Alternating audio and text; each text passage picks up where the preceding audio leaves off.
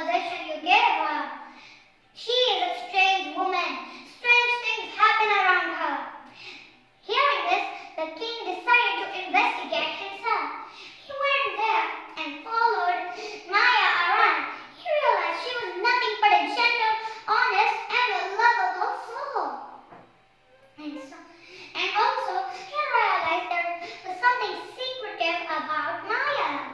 And so, he decided to ask Maya. And he said, "Oh, the young girl, tell me, what kind of secret do you have?" And Maya replied, "Oh, my mighty king, I do have a secret, but alas, I cannot tell you, or else I'll be cursed forever."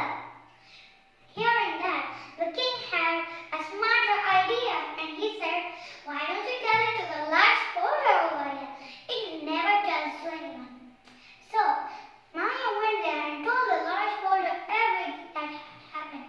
From the story that the maid misbehaved to her, and from back to where she was as a goose girl. But what she didn't know was that the king was hearing everything from behind the boulder.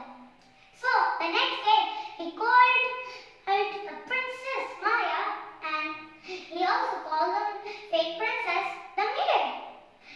And he said, "Tell me, you two, what kind of punishment can I give to a thief, a impostor, and one who has performed many crimes?"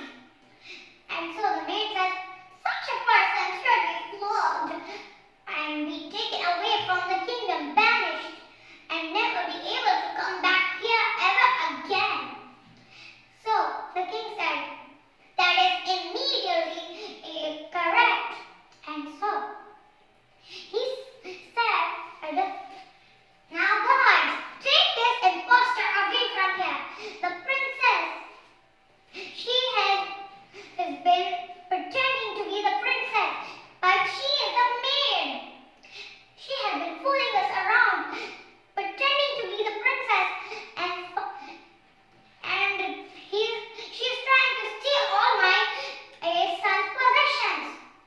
Quickly, banish her out of this kingdom." So the guards came and banished the maid forever.